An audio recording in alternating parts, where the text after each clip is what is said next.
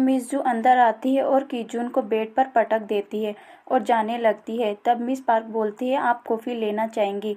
तब मिस जू मना कर देती है और कहती है कि काफ़ी देर हो गई है। फिर मिस जू ठंडा पानी मांगती है। जब मिस जू पानी पी रही होती है तब मिस पार्क बोलती है, आप बहुत ज़्यादा थक गई होगी, कीजून बहुत हेवी है। फिर वह कहती है कि आप बहुत स्ट्रोंग है। इस पर मिस जू मुस्कुराती है। फिर मिस पार्क कीजून और अपने बारे में बता रही होती है। वह कहती है कि सिर्फ वह कीजून के साथ अपार्टमेंट शेयर करती है क्योंकि कीजून उसका एक्स भी रह चुका है और अभी के लिए सिर्फ वही उसका फ्रेंड है। यह सुनकर मिस जू थोड़ी परेशान हो जाती है। फिर मिस जू मिस पार्क से सॉरी बोलती है और कहती है कि इतनी रात को आने के लिए, फिर वहाँ से चली जाती है। दोस्तों, अगले सीन में मिस जू पार्किंग लॉट में दिखाई जाती है जहाँ वह खुद से बातें कर रही होती है और अपने आप से कहती है कि मुझे मिस पार्क और कीजून का कुछ समझ नहीं आया और वह यहाँ साफ पता चल रहा होता है कि वह जेलस हो रही है।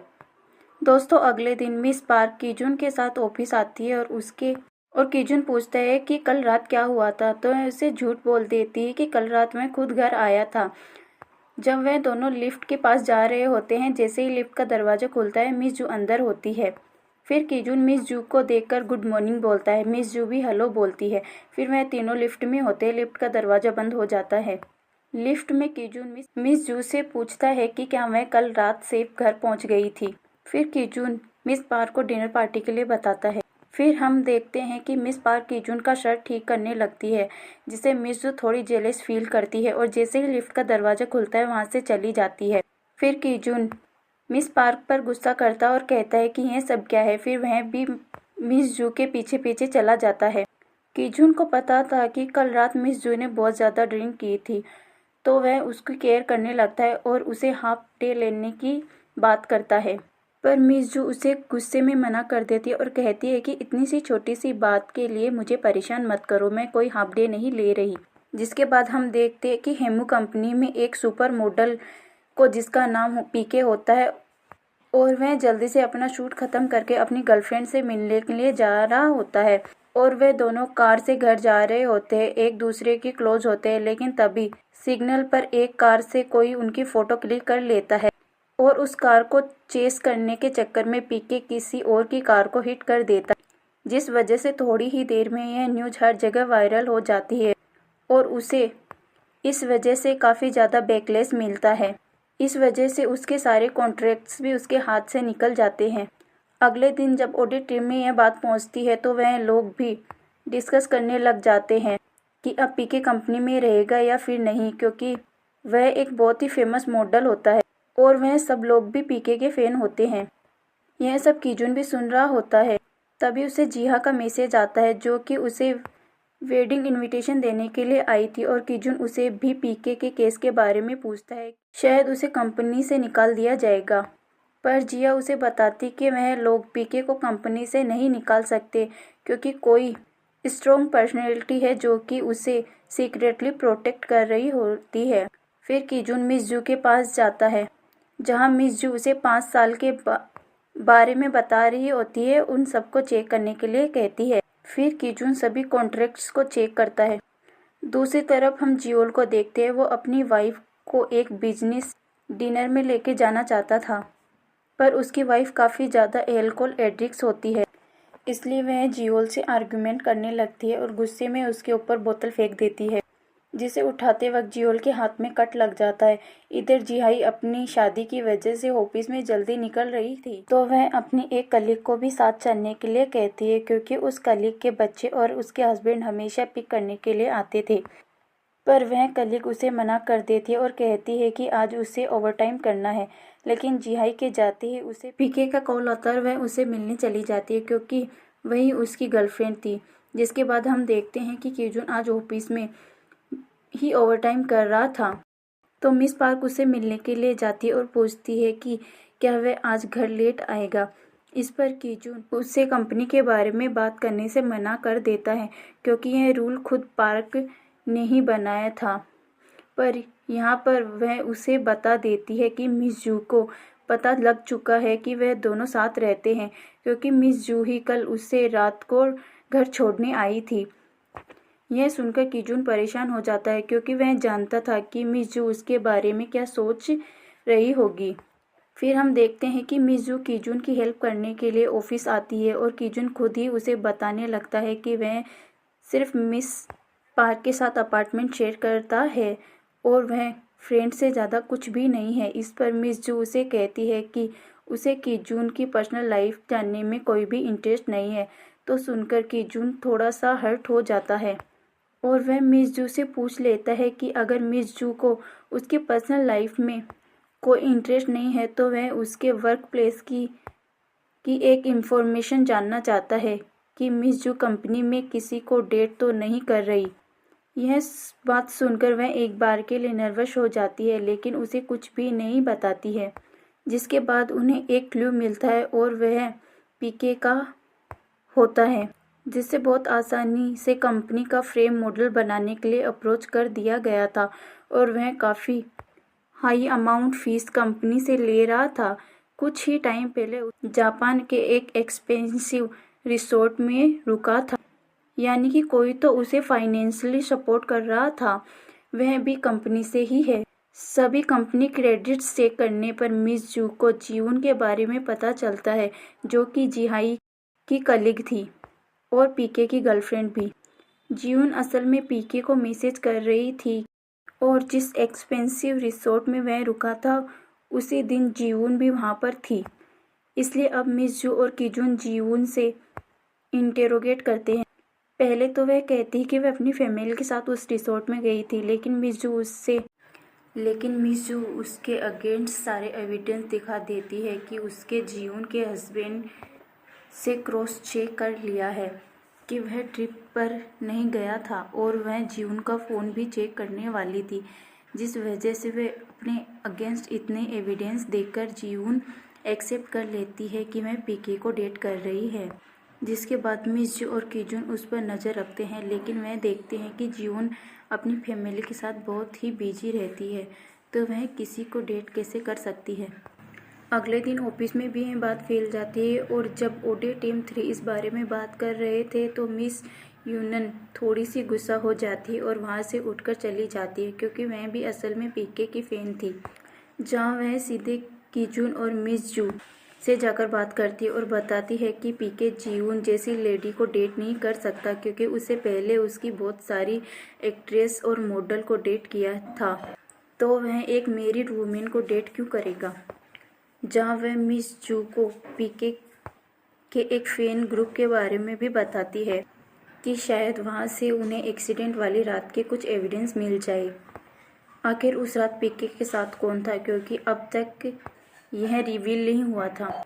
इसलिए दोनों अब पीके के फ़ैन ग्रुप से मिलने के लिए जाते हैं, जहाँ पर कीजून एक फ़ैन से मिलता है और जैसे ही वह उससे फ़ोटो के बारे में पूछता है तो वह पर्सन उससे डर जाता है और उससे माफ़ी मांगने लग जाता है, क्योंकि पहले भी वह उसे कुछ लोग ऐसे ही बुली करने आए थे और उन लोगों ने एक्सीडेंट वाली रात की सारी फ़ोटो भी उससे ले ली थी। जो सुनकर कीजून उससे उन लोगों के बारे में पूछता है तो फ़ैन बताता है कि वह लोग असल में सीजन ग्रुप के थे। दूसरी तरफ हम देखते हैं कि असल में पीके की गर्लफ्रेंड तो जियान की वाइफ ही होती है, जो कि सीजन ग्रुप की हेड थी और पीके जीवन को बस अपने फ़ायदे के लिए यूज कर रहा था और उसे ब्लैकमेल भी कर रहा था।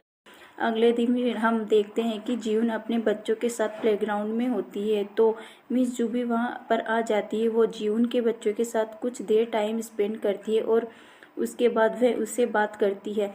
असल में जीवन का हस्बैंड सीजन ग्रुप में काम करता था और उसकी जॉब बचाने के लिए जीवन ने यह सब किया था, जहाँ पर वह यह भी शेयर करती है कि पीके उसके हस्बैंड को यूरोप ट्रांसफ़र कर रहा है और जीवन भी अपनी जॉब से रिजाइन करके अपनी फैमिली के साथ चली जाएगी। यह सुनकर मिस जू उससे पूछती है कि जिस जॉब के लिए जीवन में इतना हार्ड वर्क किया था उसे रिजाइन करके जाने के लिए क्या वह रेडी है, और मिस जू ऐसा होने नहीं देगी, क्योंकि उसने उसके बच्चों से प्रॉमिस किया था कि वह उसकी मॉम को प्रोटेक्ट करेगी। यह सुनकर जीवन इमोशनल हो जाती है। अगले दिन अब मिस जू और कीजून हेड्स के साथ मीटिंग करते हैं और पीके के केस को डिस्कस कर रहे थे, पर तभी जियोल की वाइफ वहां पर आ जाती है। वो असल में सीजन ग्रुप से ही थी और पीके को डिफेम करने के लिए वो मिस जू के ऊपर अटैक कर देती है और उसे थप्पड़ भी मार देती है, जो देखकर सभी लोग डर गए थे। लेकिन तभी जियोल आकर मिस जू को बचाता है और अपनी वाइफ से अकेले में बात करता है, जहां वो उस पर गुस्सा करती है। लेकिन इस बार जियोल उसे माफ़ नहीं करता और उसे कंपनी छोड़कर जाने के लिए कहता है, क्योंकि पहले तो उसे कोई प्रॉब्लम नहीं थी कि उसकी वाइफ किसी को भी डेट कर रही है, क्योंकि उनकी शादी सिर्फ एक बिजनेस कोलैब था।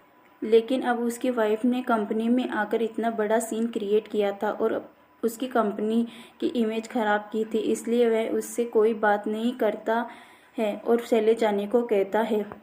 जिसके बाद हम कीजून को देखते हैं, जो कि मिस जू की इंजरी पर मेडिसिन लगा रहा होता है। वह देखता है कि मिस जू के पैरों पर भी मार्क्स थे, पर मिस जू बताती है कि वह तो उसे शोकर खेलते टाइम लगे थे, जब वह जीवन के बच्चों के साथ प्लेग्राउंड में थी। इसलिए कीजून उससे पैर पर भी मेडिसिन लगाने के लिए उसे स्टेबल होकर बैठने को कहता है। और जब वह मेडिसिन लगा रहा था तब मिस जू उसे बताने वाली थी कि वह उसे खुद से दूर क्यों कर रही है, लेकिन तभी वहाँ पर बाकी के एम्प्लॉयज़ आ जाते हैं और मिस जू उठकर चली जाती है।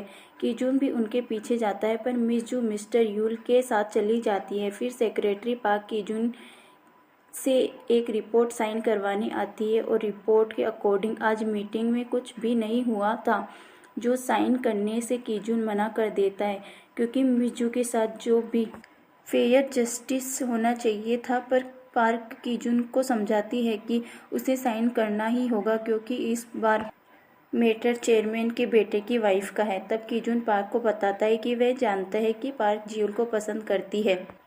इस पर पार्क भी उसे पूछ लेती है कि क्या वह मिस जू को लाइक करता है, और यही जानने के लिए कीजून उसी वक्त मिस जू से बात करने चला जाता है। पर मिस जू ने थोड़ी देर पहले ही हाफ डे अप्लाई किया था, इसलिए वह उसे ढूंढने चला जाता है, जहां वो देखता है कि मिस जू मिस्टर यूल के साथ कहीं जा रही होती है और उसे मिस जू के बारे में जो भी टिप आई थी वो याद आती है। वो सोचने लग जाता है कि मिस जू और मिस्टर यूल एक दूसरे को डेट तो नहीं कर रहे, इसलिए वह उनका पीछा भी करता है। मिस जू यूल के साथ रेस्टोरेंट में जाती है, लेकिन जैसे ही पीछे से कीजून उसे आवाज़ लगाकर रोकता है तो वह देखता है कि वहाँ पर मिस्टर यूल और मिस जू के अलावा भी मिस्टर जियोल और बाकी सारे कंपनी के हेड्स आ जाते हैं, क्योंकि वहाँ एक बिजनेस डिनर था। और जब वह लोग कीजून से पूछते हैं कि वह यहाँ क्या कर रहा है, तो वह बहाना बना देता है कि कंपनी में कोई इमरजेंसी आ गई थी, इसलिए वह मिस जू से बात करने आया था। फिर मिस जू उसे पूछती है कि उसे क्या इमरजेंसी थी, तो वह उसे लंच पर लेकर चला जाता है और इनडायरेक्टली उससे पूछने की कोशिश करता है कि वह कुछ देर पहले ऑफिस में उसे क्या कहना चाहती थी। पर मिस जू बताती है कि वह जो बोलना चाहती थी वो उनके दिमाग से ही बाहर निकल गया, क्योंकि कीजून अचानक से उससे पीछे आ गया था। इसलिए वह बस अपनी लंच डेट एंजॉय करते हैं और बाद में बाहर घूमने चले जाते हैं, जहाँ पर कीजून मिस जू के क्लोज आता है और उससे पूछता है कि क्या सच में वह भूल गई है कि ऑफिस में वह क्या बोलना चाह रही थी, जहाँ वह यह भी कन्फेस कर देता है कि उसे लाइक करने लग गया है। और बस यही चीज़ समझाने के लिए मिस जू उसे अपने साथ लेकर चली जाती है। वो दोनों अब गेम खेलते हैं और स्टफ एनिमल को मशीन से बाहर निकालने की कोशिश करते हैं, लेकिन वो ट्राई करने के बाद भी दोनों जीत नहीं पाते। असल में मिस जू उसे यह समझाना चाहती थी कि कीजून और उसके बीच भी रिलेशनशिप वर्क नहीं करेगा, क्योंकि कीजून ने भी मिस जू को तभी लाइक करना स्टार्ट किया था जब उसे पता चला था कि मिस जू कितनी ज़्यादा अकेली और डिप्रेस्ड है, जबकि पहले तो वह उसे हेट ही करता था। यह सुनकर कीजून उसे समझाने की कोशिश करता है कि वह सिर्फ उसकी वर्स्ट साइड देखकर ही उसके लिए फील नहीं करता, बल्कि वह उसके लिए पहले से ही फील करता है। पर मिस जू उसकी कोई भी बात पर नहीं मानती है और बस इतना कहकर चली जाती है कि उसके लिए लव इम्पॉसिबल है, बल्कि उस गेम की तरह। लेकिन मिस जू के जाने के बाद भी कीजून कोशिश करता रहता है। दूसरी तरफ मिस जू बिजनेस डिनर में जाती है और फ्रेश एयर के लिए बाहर अकेले टाइम स्पेंड कर रही थी, लेकिन तभी जियोल वहाँ आ जाता है। वह भी असल में मिस जू को लाइक करता था, इसलिए वह उससे बात करके उसे हक करने की कोशिश करता है। इस पर मिस जू उसे मना करती है, पर फिर भी वह उसे हक कर रहा था। तभी कीचुन वहाँ पर आ जाता है, जो कि जियोल को मिस जू से हक करते हुए देखता है और मिस जू से दूर रहने के लिए कहता है, और मिस जू के पास आकर एक स्टाफ टॉय देता है और कहता है कि उसके बीच कुछ भी इम्पॉसिबल नहीं है अगर वह ट्राई करना चाहे तो। और यह सब देखकर मिस जू भी शौक रह जाती है। और इसी के साथ हमारा एपिसोड यहाँ ख़त्म होता है। दोस्तों, अगर ये आपको स्टोरी ज़रा सी भी पसंद आई हो तो लाइक करें, शेयर करें, कमेंट करें और सब्सक्राइब करना ना भूलें। तब तक के लिए बाय बाय, मिलते हैं अगले एपिसोड में।